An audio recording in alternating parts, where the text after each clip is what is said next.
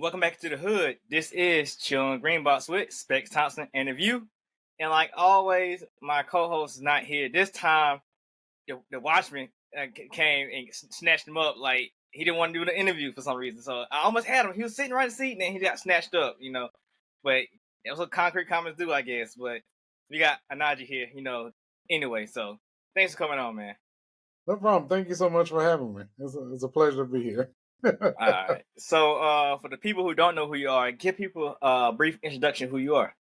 Yeah. My name is Onaji Rouse. I'm a filmmaker and writer and comic book creator here in Atlanta. I created the books Odina, Kandaki, and Sister Circle. And I currently have a film in the Black Film Festival Atlanta, Drafted Origins, which is a live action spinoff series. Okay. I know about the filmmaker part, so we definitely get into that. So being from the same state I'm from, I'm pretty sure you know what the green box is, right? The what? The green box. The green box. Oh, you don't. The green. So you know the green electrical box that be in the neighborhood. Yeah. Yeah. So you're like back in the day, y'all didn't hang out on those like chill. Yeah. Oh, the green box. Yeah. Yeah. That's what the show is about. Like, it's about the chill in the green box. So okay, so. The green box, okay, the electrical box. I used to just call it the electrical box because they tell you like. So you smart. So you saying electrical. I was that Negro. Yeah. See, you smart. They told us not to do too much with it, but we sat on it. We ran around. Yeah, we were some bad kids in the South, but yeah. Yeah, so that's basically what the show is, man. You're just hanging out, chilling because like most podcasts, I'll been on or watch, it'd be a creator on there talking about his comic or project for 2 hours straight, and nobody knows who they are or even have a reason to support them. Yeah. So I developed my show for people to come on and so people can learn about them and actually get a reason to support them and follow them and learn about what they do. Well, that's awesome. Good job. All right. So like I got 4 different segments all based off of comics or music type of things. And the first segment is called Breaking It Down because when you chill in that green box, you was breaking concepts, ideas, and stuff with your friends. And so we're going to break your brain down with some icebreaker questions so people know more about you. All right. Let's do it. So my first question, if you had $1 million, what charity would you donate to? Ooh, that's a good one. You know what? Because I do actually think about some charities. Like one of is the St. Jude's. I would definitely probably do that. That's one of the ones I would do. So why St. Jude? I heard so many negatives about St. Jude. So why St. Jude? Well, more so because of the kids who are the cancer patients. More so for that, I would probably definitely try to make sure that the money goes to them. But also it'll go some type of like anything involving like back into the community. Okay. Like outside of that, because I definitely would love to do that. So yeah. See, I probably want to do St. Jude. I'll probably do a Ronald McDonald House or something like that instead. Yeah. But my mom, like, she passed away. But she was big with well, technically, me talking about it, it's all full circle now. So my mom passed away, but she was real good with foster children. She always wanted to help out the foster kids, go to the court with them, all that stuff. I say full circle because my fiance, she's a foster kid, so that's why I say full circle. So now I get hit 2 different ways with that. So I would really donate something to like the foster program or something like that because I done heard what my mom went through with them kids in court. Then when my girl being adopted, I heard the stories prior to her actually getting a family, how it was. So I do something for that. Yeah, it's a lot, dude. When I tell you, even like mental health facilities within our neighborhoods, like I would love to do something like that as well. Like, so it's one of the things where I was like, if I could do more, trust me. Yeah, like here. So so here I'm in Augusta. So we had a whole bunch of homeless shelters. I heard the springtime, maybe beginning of summer, a lot of them closed down. Yeah. So now all the homeless just migrating everywhere. Yeah. No, that's similar here. What is funny part about Atlanta was giving y'all homeless a hot meal and a bus ticket and shipping them down to Augusta. So we had an influx of even more homeless guys. Y'all just shipping them down here. Y'all give him a hot meal and a ticket down here. I'm These like these crazy. people, they are grimy. Never mind. I'm not even gonna say that. Yeah, I'm not the people. I'm talking about the officials. But yeah. yeah, But going with your meals and health, like I seen homeless people and I seen junkies and stuff like that.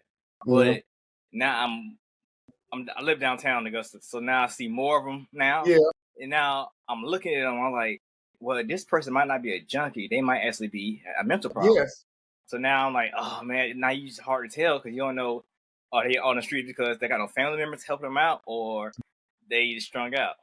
Like yeah. it's wild. My next question.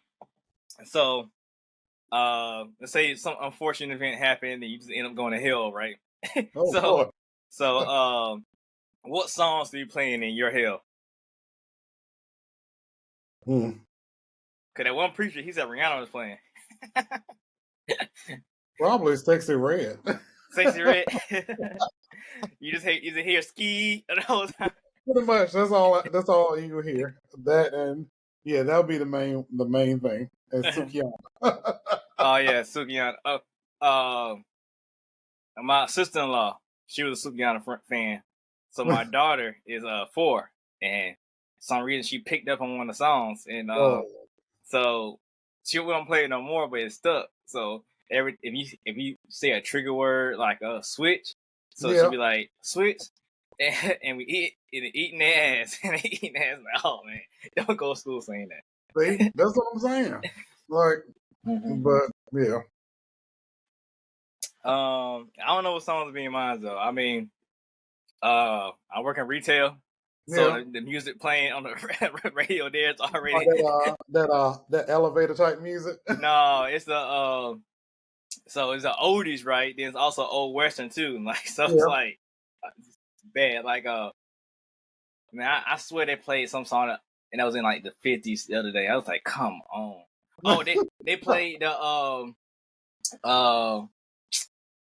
uh it's a Halloween song. Now Yeah. we're talking about the bones on dun dun that song. But it's Yeah. I hear it because my kids and it's a kids version. But they actually played a version from like 1920 the other day. I was like, this guy sounds super old. Like So how this they sounds like your hell sounds like a Quentin Tarantino film. yeah, just but no Samuel Jackson. Yeah, exactly. Yeah, here like so 10 hours there. I probably hear some of those songs like 4 times a day, and it just Jesus. yeah, it's brutal. It's better than working at Goodwill. I was at Goodwill, and you'll hear a popular song, right? Like you'll Yeah. hear, I don't know, "Roll Out" by Ludacris, right? But it'd be some unknown white artist singing "Roll Out" instead.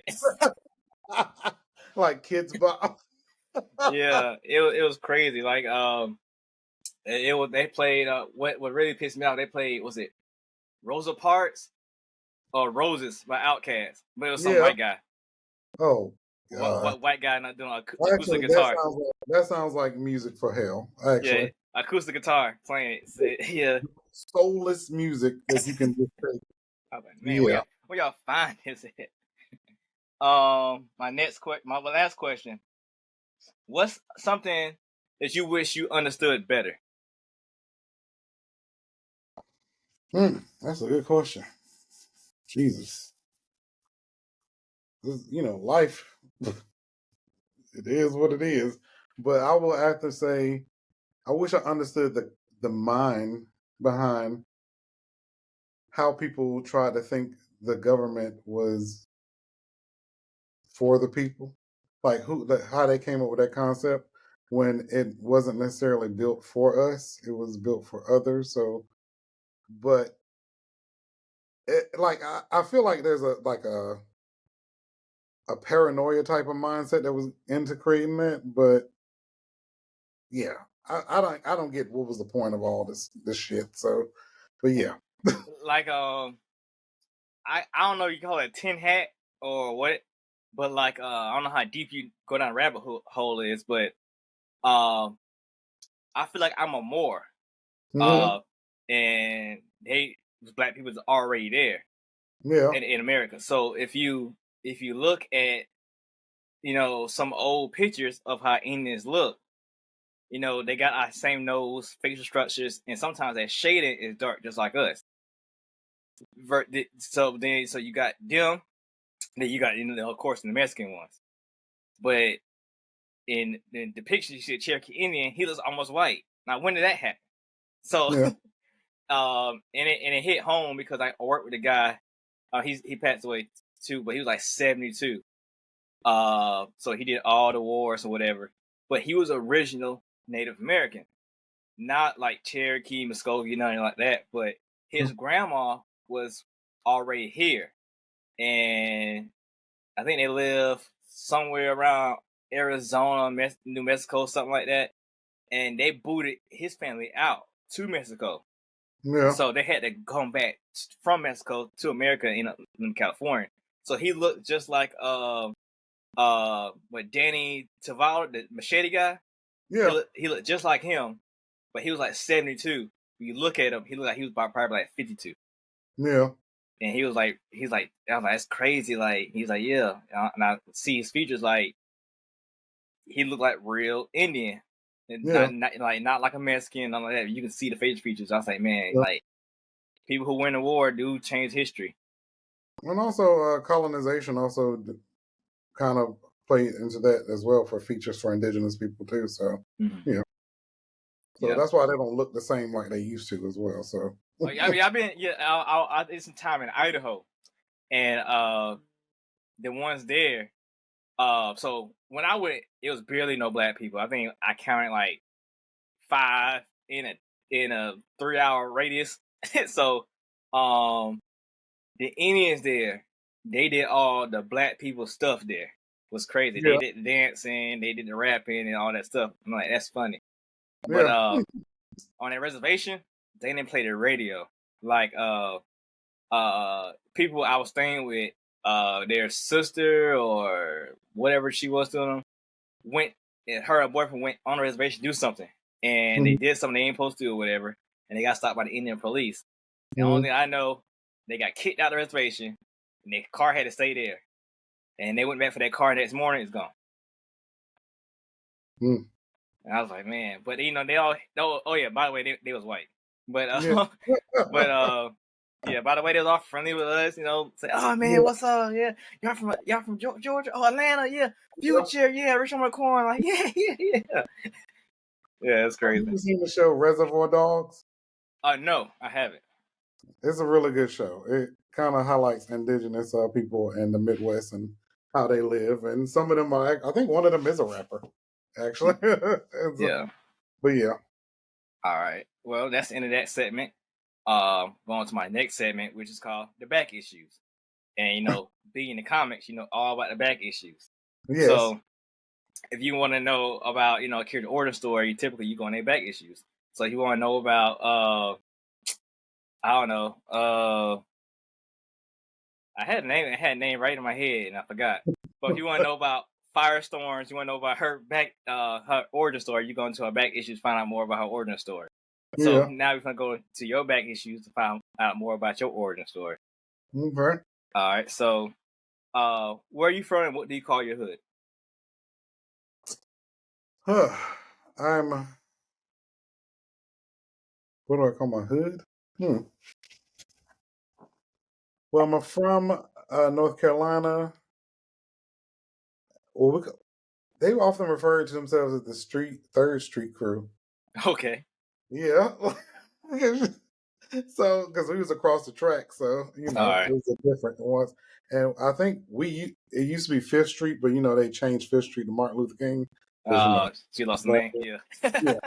So, but yeah, it was the Third Street Crew that was around my area. So. Oh, okay. What part of North Carolina? Raleigh, but I also live in Greenville, North Carolina as well. Okay. Yeah. What brought you to Atlanta? Creative career. Because what I'm doing now, I couldn't do there. I couldn't be a comic book creator trying to make waves in film industry and publishing there like I'm doing here. So I mean, is that just like Charlotte don't have that same stuff? They do, but it's not as prominent as Atlanta. Like Oh, okay. they're always slowly starting to catch wind of what they're doing. But I Oh, moved down here 2009, so I've been here for a oh, minute. okay. Yeah, yeah, Yeah, yeah, yeah, yeah. yeah. So yeah, yeah, 2009. Yeah, they definitely was slow. They was still Yeah, almost like everybody there, almost local, almost. yeah, Yeah. yeah. So It didn't build up until like a few years after. Like, so I came in right before like the I think, hit. well, I think because of them tech jobs popped up there. I think that's what sparked it. I don't know, something sparked it for like everybody just moving out to their jobs. It was like just relocating a whole bunch of people. I forgot what triggered it. I forgot what triggered it, but I know once this movie studio started really filming here and stuff, that also helped as well. So, Mm-hmm. and also, with the tax break for them, it Oh, helps. okay. Yeah, So, music. You listen to music? I do. What artist or song or got you like in a certain genre or got you just into music in general? Hmm, that's a good one. I'm definitely, I listen to all music, but I would say probably like soul music. Definitely, probably was the first one. But as I got older, hip hop played a part because Nas, It Was Written album was amazing. Like that was my first album I bought with my money. Like, Okay. yeah. So, but even though like even before that, like I bought like I used to get the mixtapes off the street, like Mm-hmm. and stuff like that. So yeah, it was always I won't say black music, but black music overall, like soul, the old R&B stations, the old soul stations, the hip hop stations. Like I just appreciate it all. So there's no specific like one thing. So yeah, if you see my playlist, I have like ton of playlists. I got like the hip hop, the trap, the R&B, the alternative R&B, like with Scissors and Frank Ocean and them. Mm-hmm. Then I got the old soul throwback. Like that's what I'm saying. Like I have that shit breaking down. Like that's how good it is. Being from North Carolina, you didn't like Peter Pablo, the Clips, Pharrell and all them. They didn't I do. okay, okay. Well, Pharrell is of course, Pharrell. He's Mm-hmm. on there. How can you have a playlist without him on it? Yeah. But let me see. Jodeci, they were from Charlotte, so Oh, I didn't and know that. yeah, I thought it was from Georgia. no, Oh, Fantasia, okay, knew that one. yeah, and she got the Color Purple coming out as well. So How you feel about how you feel about them remaking it? I don't care for remakes like that, but you know what? If this is their touch on it, I'll give it a try. It's Okay. it's a musical. I can't say no. But Okay. if it's trash, then I'm be like, you know what? It ain't my money. So Yeah. I mean, I'm like, they got what Bailey in it, and I'm like, yeah. I don't remember too much singing in the Color Purple, so like, hey, Well, I see, don't, that's why it's the actual musical movie, not so the actual. it's not the one from back in the day. No, no, it's not the one from back So in it's the an day. actual play. Yeah, it's the actual. It's not the actual play. It's the I know musical. it's the play version of it. Yeah, yeah, Oh, okay. I ain't know. Okay, now that's different. yeah. So what? So have you watched the play? What No, I have not seen the play yet. I was about to say, like, what? Where would I was going to ask, like, where would the singing parts be in the story? Um, that I don't know, but I've seen the performance of the singers on the TV series. Like the one young lady who played Harriet, she Mm-hmm. was playing Celia on the Broadway play, and she would perform the song "I'm Here," which is like the main theme song. Mm-hmm. So that was amazing. So, but I did get my tickets to see the Wiz though. That's coming up be here in November. So Yeah, I mean, see, I wanna, I got well. I mean, Gus is the guy. He's a historical Wizard of Oz guy. He wrote Wizard of Oz books, and I want to team up with him and do a Wiz book, like, cause yeah, I mean, nobody touch it. They, and I got the music background, so like, it's easy. So, but go for it. yeah, I gotta look at the lore, man. It just the Wizard of Oz stuff got so much lore into it. Yeah. Okay. Comic book wise, what got you into comics? A comic book or a comic related TV show? What got you into the comic book? Comic books actually got me into comic books. It was definitely X Men.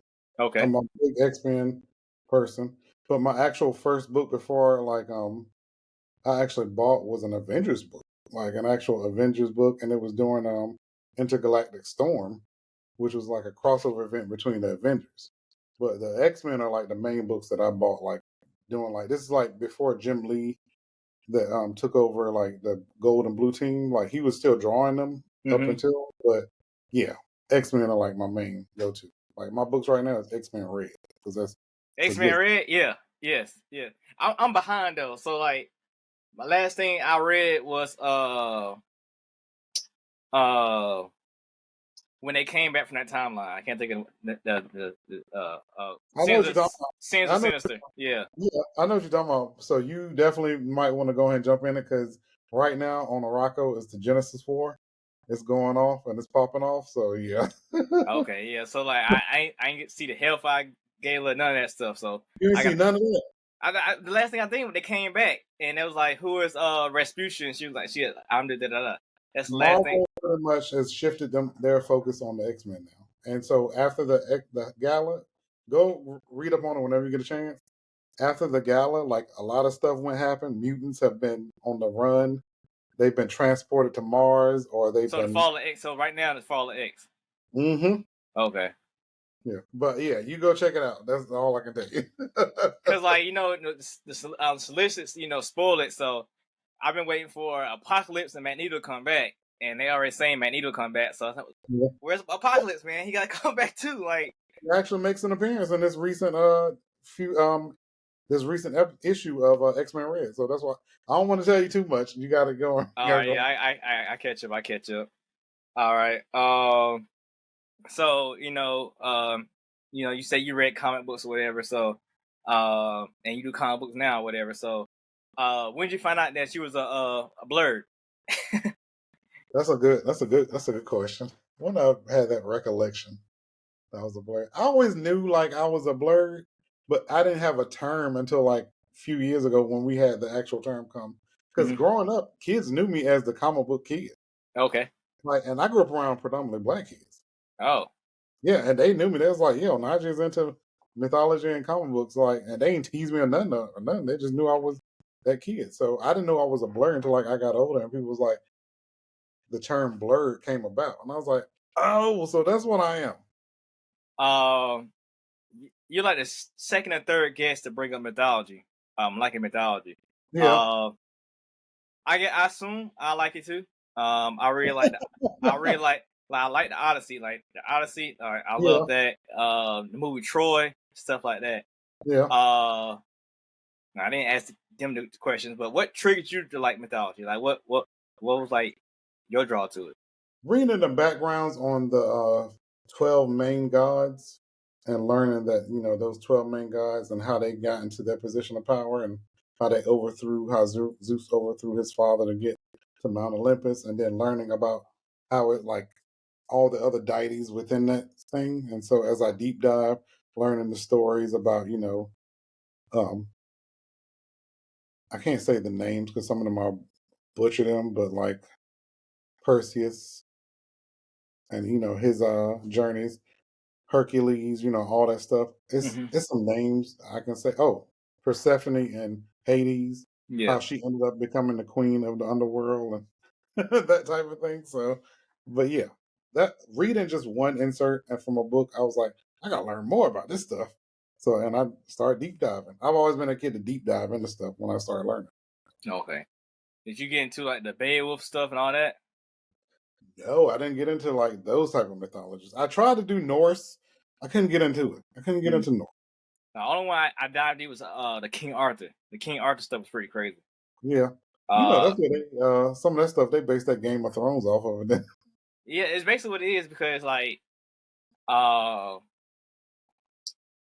the way I was thinking, I think it's more of a something happened, and Yeah. so like he probably did like two or three good fights, and the Yeah. legend just started making it more and more what it was. But Yeah. other than that, to me he sounded like he was a trash king. Like he sucked as a king. Yeah. Pretty much. Yeah, like he just didn't care. Yeah, so but that surprised me because growing up you got the Sword in the Storm movies. Like, oh, King Yeah. Arthur, he was great. Merlin was a good guy. Yeah, him and Merlin and Arthur was terrible. Yeah, this the whole thing they gave the wrong niggas power, just Yeah. ran off and did whatever. Yeah. But that's it for that segment. Going to my next segment. It's called the hotkeys. It's a double meaning term. Comic books.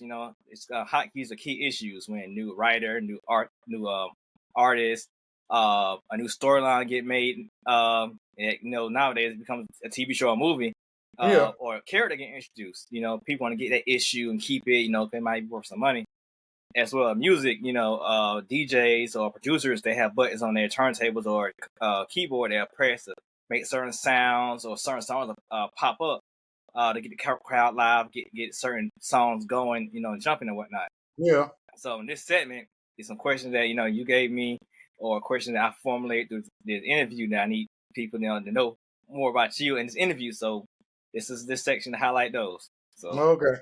all right, so I've been jumping your filmmaking stuff. So I did not know you was a filmmaker. So what came first, the filmmaking or the comic books? Comic books came first. All right, well, so what got you into filmmaking? I always wanted to do like be in entertainment, Mhm. and I actually took acting classes, but I didn't. Eventually, I was like, I don't want to do that because I'd rather be behind the scenes. Which don't get me wrong, if I do like something for my friends, I'll help them out and do that. But for me, it was more like I want to be able to kind of create my own stuff. And so, like in class, I wrote a monologue, and the teacher was impressed by it. So he was like, "You should look into writing."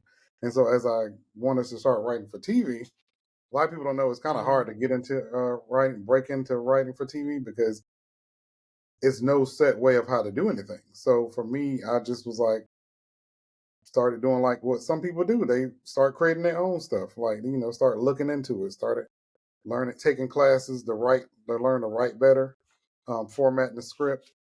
Also, like what you need to go back researching on what I need to do there. Since you said comic books came first, and you got into filming, um, did it make you a better writer now that you know how to do scripts and stuff like that? It helped as far as in how to move scenes along. Because writing comics, there is a similarity to writing a script. Uh Whereas huh. in the script, you're moving from scene to scene.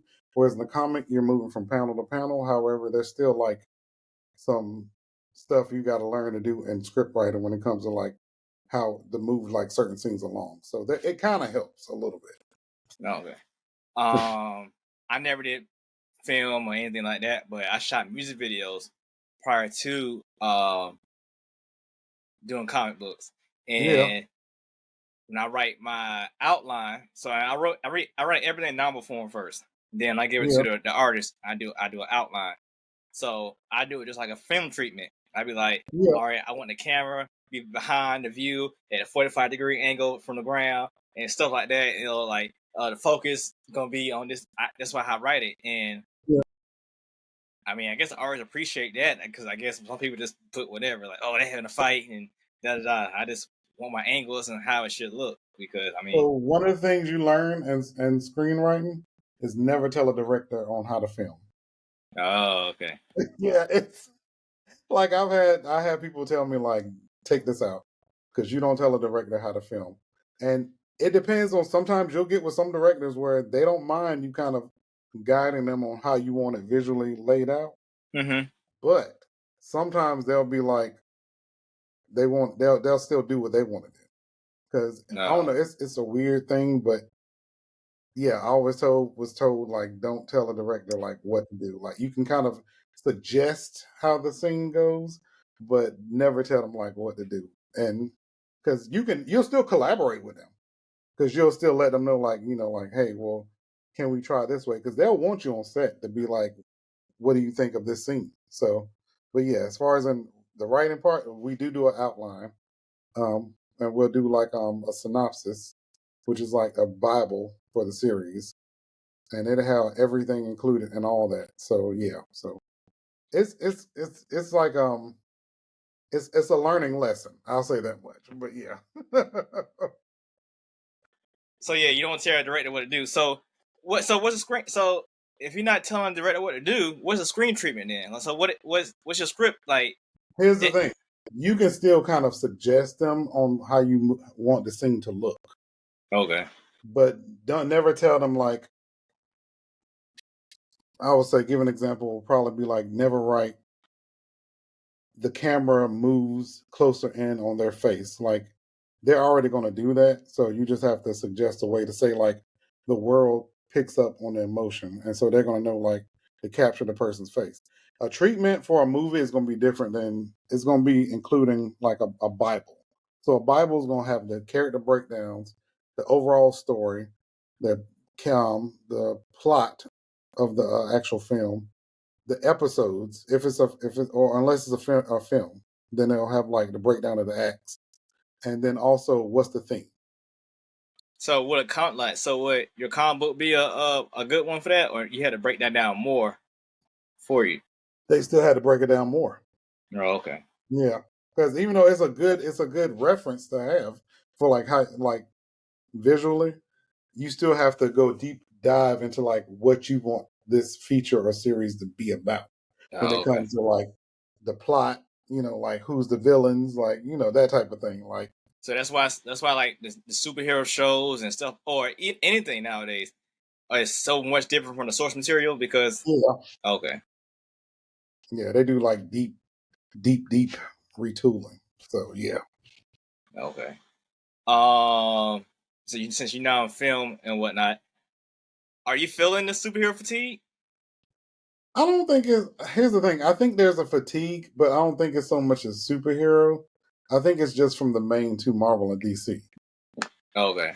Because if you think about it, like Gen V right now is on TV, and that's a good ass show. Yeah, I'm about to bring that up depending on what you said. Yeah, and then The Boys is still a good show. People are waiting on that. And Invincible just released their season 2 trailer, so Yeah. it's not so much as fatigue; it's more so the story. Like Marvel and DC are going to give you kind of the same recipe when it comes to their stories, Mm-hmm. and they're not going to be as cutting edge as these shows. So they're not fatigued. It's more so just the main two companies, vying for a position. Dang. So like, yeah, you brought up DC and Marvel, and they both got little spin-off shows. Like right now Loki's going on, and Yeah,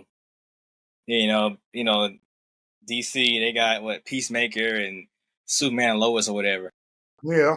So is that not the same thing as a Gen V or No, the Atomic Eve spin-off things? no, because the story, like you're more invested in Gen V. You don't know, like you really want to know, like what the hell is going on. Like it's so absurd that you're so invested. Like that's why people are just like, what the hell is really going on? Like with these characters, like the story they created, it intrigues you and it pulls you in. Because don't you want to know like what the hell is going on at Goldokan University? I want to Yeah. know what the hell is going on. I can give a shit about what the hell Peacemaker got going on. He's gonna do what he's gonna do. Typical, be somewhere in his underwear, shooting, killing stuff. You think that's because you know who Peacemaker is, but you don't know who them kids are? I didn't know who the hell Peacemaker was. I just don't not invested in what the hell he got going on. Like I just it's nothing to invest me. Like you have more of a dynamic cast with Gen V. Like I don't know, maybe it's because they're more fucked up than him. Excuse my French. So Now what? Now I get what you're saying because I watched Peacemaker, and when they said that girl was Amanda Waller's daughter, that should have been a oh my god moment. yeah, But he just didn't care. Like okay, so what? no, Move the no, plot forward. Keep moving the plot forward. yeah, exactly. So that part right there, that should have been like, oh yeah, but we all were like, who gives a shit? Yeah. And like Loki right now, I'm intrigued because I mean, the first season was pretty good. Second Yeah, season, was pretty good, and they using a lot of word terminology. Mm-hmm. Have you seen it yet? No. Well, one of the characters' name is can't think of his name, but the meaning of his name is mean when time goes in a circle and eats itself or devours itself. Yeah. So they're kicking this idea of time being a loop. Yeah. So they drop us on plot points that they think that just for not spoiling thing that like Loki could be his own father type stuff. Like one of them like plot points. Yeah. Like he's the cause. He's the cause of that's the cause because he's the one who did that. That's what they spinning out. So uh so when they always say okay Loki's always a variant that messes stuff up, it's probably because he's a part of one who started everything anyway. But Yeah. that's what I feel like they're going in the show. But like Yeah. other things happen in the show. So I'm right now trying to see how this new Kang they're about to introduce, falls in because did you watch the Flash TV show? I did the first season, and then after a while, I was like, okay. So I think they're gonna treat Kang like the Harrison Wells character. It's gonna be the same guy, just playing a different version of the same guy. Yeah. And I think they're gonna do that. Like Harrison Wells was cool, but like after that the third, fourth one, like it's just the same guy. He got a hat on. The same guy. He drives a motorcycle. Like it's Yeah. and I feel like that's gonna happen because is that our third or fourth Kang already?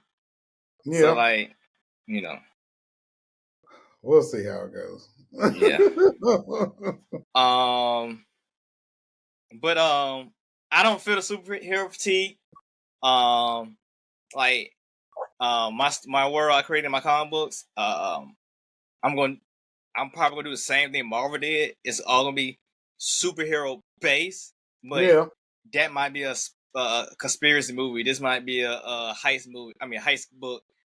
This might be a coming of age book, stuff like that. But it's all Yeah. superhero based. So like it can work. Like you said, it Yeah. works in the boys universe. Yeah. Like I like the She-Hulk show. I love the show. It worked. Yeah. I already knew it's gonna be like Ally McBeal coming Yeah. forward. I know who She-Hulk is, Yeah. and it made sense. I didn't expect nothing more nor less. I probably want a little bit more fighting, but Yeah. at the same time, she's a lawyer. So I mean, Yeah. how much? Yeah. Yeah, and I appreciate the fact that they made it a workplace comedy, and it was kind of like you said, Alan McBeal meets like such and such. So I kind of appreciate the way they went about creating it differently, and I appreciate it. So yeah, I thought it was a good show. One show that they pitched or had a teaser for or a pilot that I thought was gonna be great. And it's gonna be a same workplace type show, but it's called Damage Control. Are you familiar with them? Who is that? So Damage Control is, I think they're Shield. I'm not sure, but they're the ones that clean up after all the superhero fights. Yeah. So I think the first episode or the first pilot, or it could have been the pilot episode could have been that Shield's TV show, the Agent of Shield. The pilot part was like one of those episodes where they went to go clean up the Battle of New York, and it was like them like interaction, like all the rubble and all the people they gotta clean. Yeah, so each little superhero fight, they the ones that come and like clean up in the aftermath and make sure everybody's fine. So I was excited to see that show. Was that like as a short on the thing? Well, it's supposed to be on what, ABC or Yeah. Hulu, but it never did it. Oh, okay. Yeah, but they got comic books. Like it's an actual team in the comic books, but like having a show that's like The Office, well, I thought it was pretty funny, but never did it. Because it's interesting to me because one of my spinoff series, they're firefighters that has no powers, but they have to go to the events that the heroes are fighting at. So they're fighting and got the bills on fire and stuff.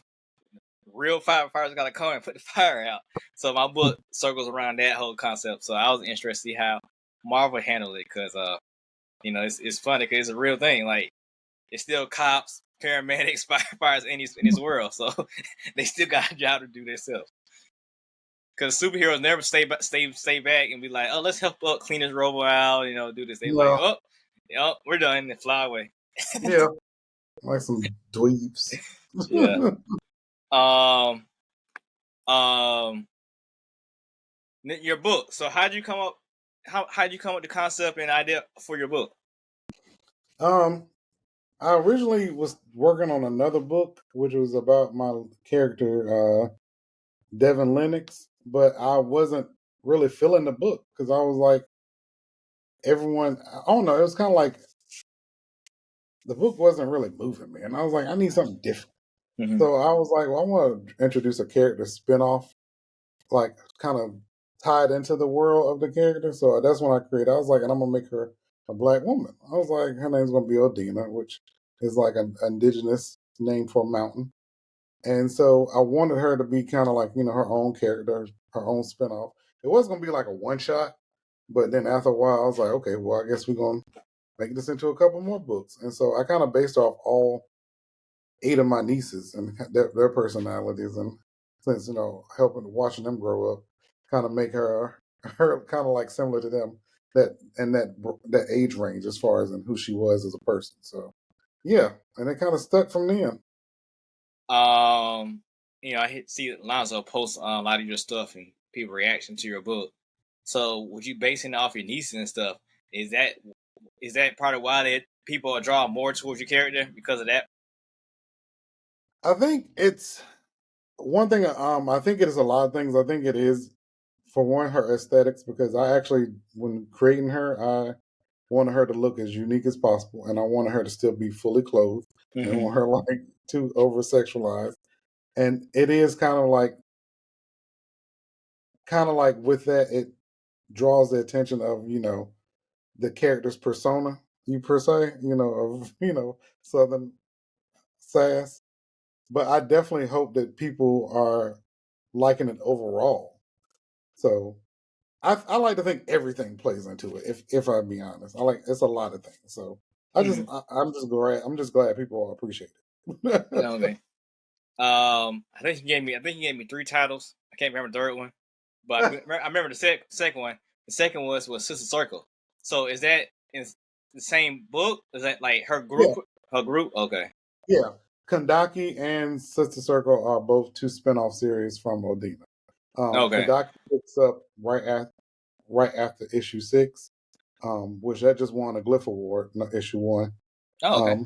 Correct. Yeah, and that's based off the African legends of the Kandaki Queens and the Kush Kingdom.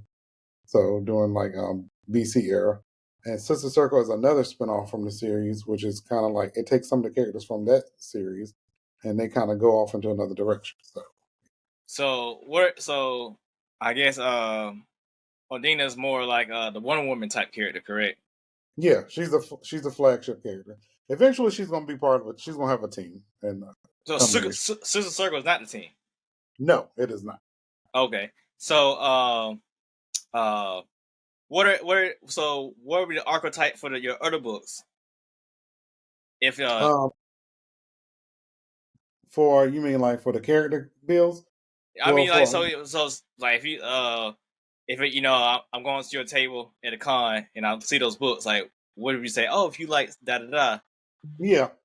Well, for Odina, it's gonna be like Supergirl meets X-Men. So she's definitely gonna give you that type of feel where she's the powerhouse type and character type.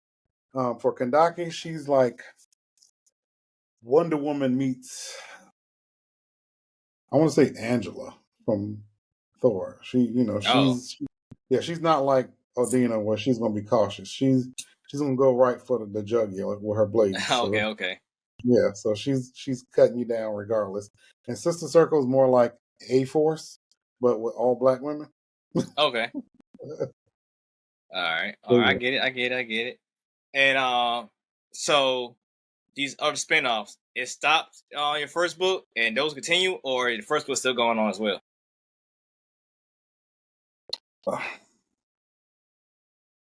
Well, for Odina, I'm going to focus on Kandaki right after I drop these few issues. So for Kandaki, it's going to be issues 1 through 4. And for Sister Circle, it's going to be 3 books. So right after that, and then after that, we're going to pick back up Okay. Yeah. Okay. All right. That sounds dope. That sounds dope. Uh. So how? So I'm pretty sure y'all have an in-house artist that does all y'all work. So, but how like was it hard getting the artist to develop your character? Because you want to be so unique. So was it hard, or by the time you got the it was pretty easy because all the stuff Lonzo put them through. Yeah, I was gonna say no, but by the time it got to me, like it was easy because I already have like ideas of how I want things to look. Mm-hmm. So like I can draw and sketch and do all that stuff, so that's fine. I have like a visual concept of how I want things to look, and once I present it to the artist, they're just like, okay. My biggest thing, like most people say, was a hair. Yeah, Now the views. Well, Chaz is his regular name. Now Chaz's hair is like kind of where I want to be at. yeah, But like if you look at previous works, like prior to, it was like more of like a high top fade type thing. yeah, But like the concept was more of like when Little Baby first came out, a little nappy fro thing mixed with like yeah, Roscoe Dash. That's why it's his name was in the head like that. I blended it too. But the guy can never get the hair right.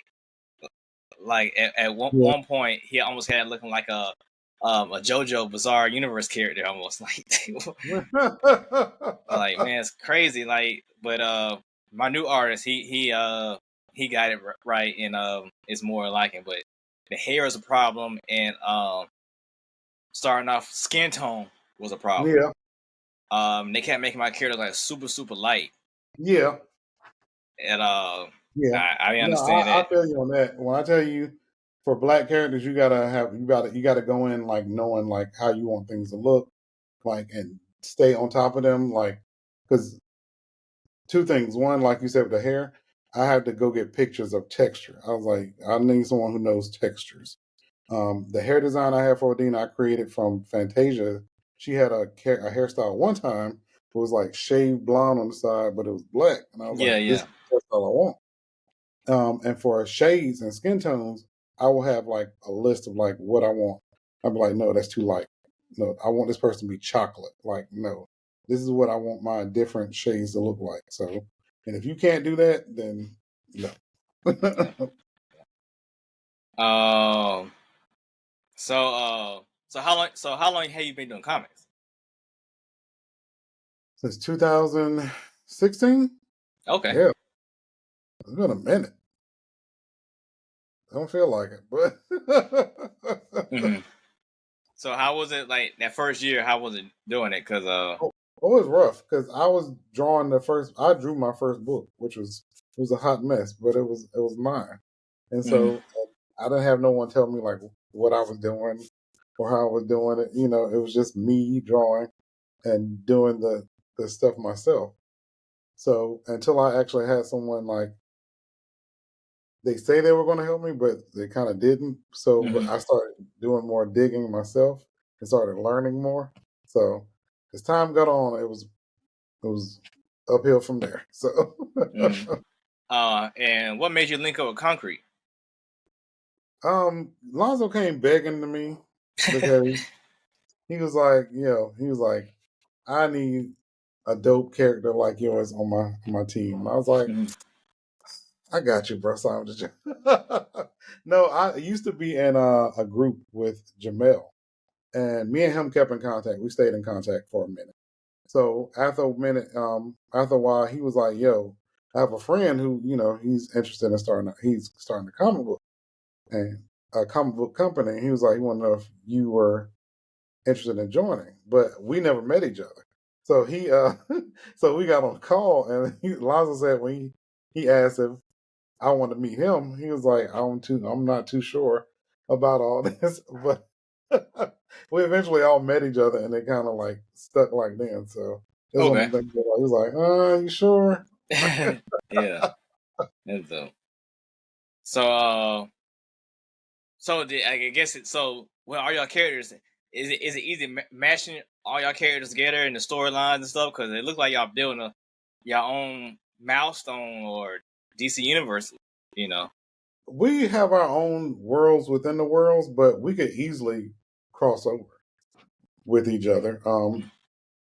I think that's what we're kind of built on. We don't want to tread a line where we Have to. not able, to do something, but we are able to cross over anytime. So Yeah, I've been trying to see when y'all gonna do that in game type issue. So like we've been talking. Look, it's been conversations. We've been trying to like get it together. So trust and believe. We trying. So like going forward, what's your future plans? As a creator. Oh, take over the world. No, I definitely in the short term. I definitely still want. I want to next year tour more with my books and do more cons, and also do more filming. Long haul, definitely want to get to a point where I get deals in place, and I'm able to kind of sew into other people, basically, like like create other jobs and stuff from what I'm doing. So, because that's the whole thing of like sewing back into people, because people sew into you. So, yeah, true. All right. Was it hard writing a comic book? it was for when you don't know the hell you're doing at first, and which it was, because I know like I would just go and read a comic book and be like, let me see, okay, they're doing this right there, they're doing this, okay. But as time gets on, you get better. So it definitely that first round, I didn't know the hell I was doing. I wanted to write a comic book. I was just happy. Yeah, what made you do that versus a novel? I don't know. It just seems like a lot of work, like a lot of writing. Really? Yeah, and I'm more See, of a to me, it's the opposite. It seems like a lot of work. It is to me. Like I got composition notebooks full of stories that I just sit there and just jot it down. yeah. But when I got to do the panels, okay, I want 5 panels of this page and all that. That seems like the work for me. See, the novel ideas. It seems so intense. But eventually, I would like to go that route. Don't get me wrong, I would. But yeah, that's good that you can do it. So I've been writing down stories since I was like elementary school. Just make myself be in like a Dragon Ball Z world or Batman world. Just jotting stuff down and doing essays in school. It was the easiest for me to write an essay. I can put fluff in anything. Like, we need 200 words. I can fluff it out real quick. Like, that's good. That's yeah. creative. That's creative as crap. Because even like writing scripts, I'm like, how do I move this scene along? Yeah. One thing that got me though, like, I originally wrote everything like, okay, this could be issue 1, issue 2, issue 3, issue 4. And I was like, okay, after 3 pages, it should be an issue, me writing wise. Yeah. But since I'm writing as a novel, I'm writing a lot of detail. Okay, the view was standing here, his eyes was glowing, sweat dripping down his face. He's looking at the how, this, and third. Yeah. I'm saying that probably will take me a half a page to write all that stuff. But in the book, that's 1 panel. Yeah. So I probably wrote 3 pages of stuff. And I'm thinking, okay, that's an issue. That's 2 or 3 panels. And that's it. Yeah. So like that's when that got me. I was like, oh man, I gotta start adding more. And as well, like the first book, maybe my teaser issue, not really my first book. My dialogue was real short. Yeah. So now I had to learn how to add more dialogue to keep people reading, because like, okay, they get my book, they done within 5 minutes. So I had to cut my dialogue down. You had to cut yours down? Oh man. Because I think somebody told me like they should be reading like close to 20 to 30 minutes on your book. So like if they blowing through it, you miss some stuff, because they should be blowing through your book. Or if they do blow through it, they should say, oh man, let me go back and see, and rereading stuff. So I had to definitely increase my dialogue. Yeah. But yeah, you had to put yours down though. Like, I wish I had that problem. Yeah, I wish I had problem. Yeah, I think I got a lot of exposition in my stories, and a lot of action. But it's the verbal talking with characters is not that much. But like I got I'm explaining this in this word block and text box. I got that stuff, but the verbal scenes, Yeah, 1 or 2 word bubbles. Exposition is good for screenwriting and that stuff, but for comic book writing, it's not so much as exposition that is more so the dialogue of the character. So yeah, so you got it. All right. Well, I'm gonna move into my my last segment of the show. It's called Digging the Crates. Okay. So, no double meaning term. Typically, comic books, you dig in the crates, find their old Avengers, Jim Lee, X-Men issues from back in the day, so you can keep. Yes. And that's what music, you go and get that old soul records, Gerald Levert, all that stuff, you trying to get it. To keep on to it. So I think dig through this interview and pull stuff out. I might pull two out for you. But the question I've been asking everybody in your camp, which now is even better that you actually in film. The question is, how would you break Konkret comics into the silver screen? Like, would you do it like the X-Men? Would you do it the Marvel route with each individual character, or you do it the DC route? Just team battle, then y'all see the other characters. Yeah. So how would you bring Konkret universe out? I guess. Yeah, I would definitely do like a slow build up with each character, and that way it'll be like a monumental event or feature where it'll have like all the characters come together. Because I will say DC animation, they do get it right when it comes to their animation. So I definitely do like a slow build up that kind of ties in all the characters eventually. So whether it's a series or feature, it'll all eventually come to like that one, end game type animation. And who would start it off?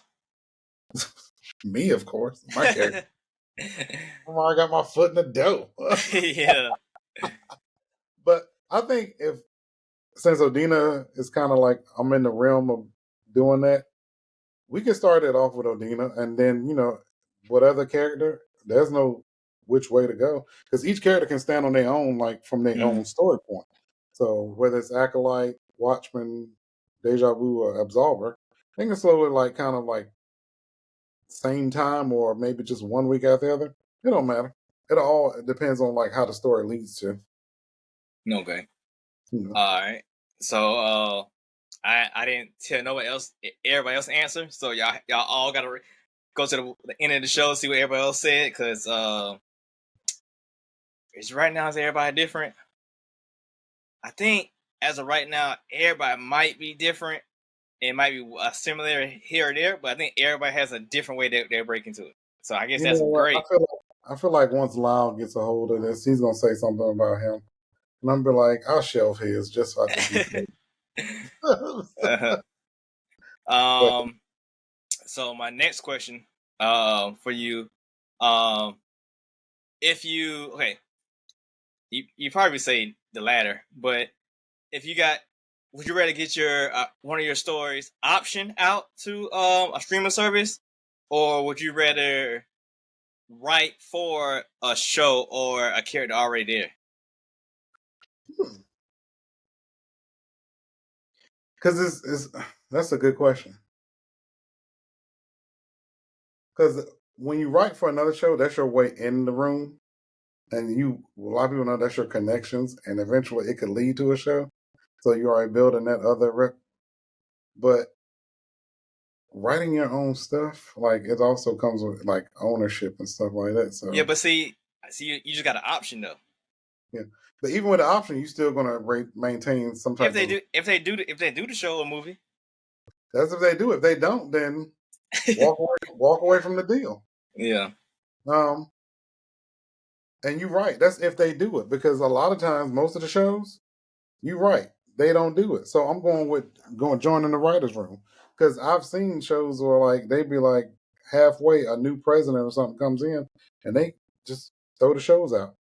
And these people don't work their ass off for it. So yeah, I'm going with writing for something else. Since you know more about it than me, I was gonna say, only good part about option is if they say, okay, we'll option show out, we wouldn't give you, $50 million for your thing, right? Yeah. And you're like, cool. Then I guess time frame, let's say they got 3 years, 5 years to do it, Yep. and it reverts back to you. Now, what you just saying, what you said. Now that money they gave me, do I have to use that money to film, or is that my money? That money depends on the deal that you negotiated with your lawyer. If it's all like in your pocket, then if you're the executive producer, it's definitely gonna still come out of your pocket. Oh So man. yeah.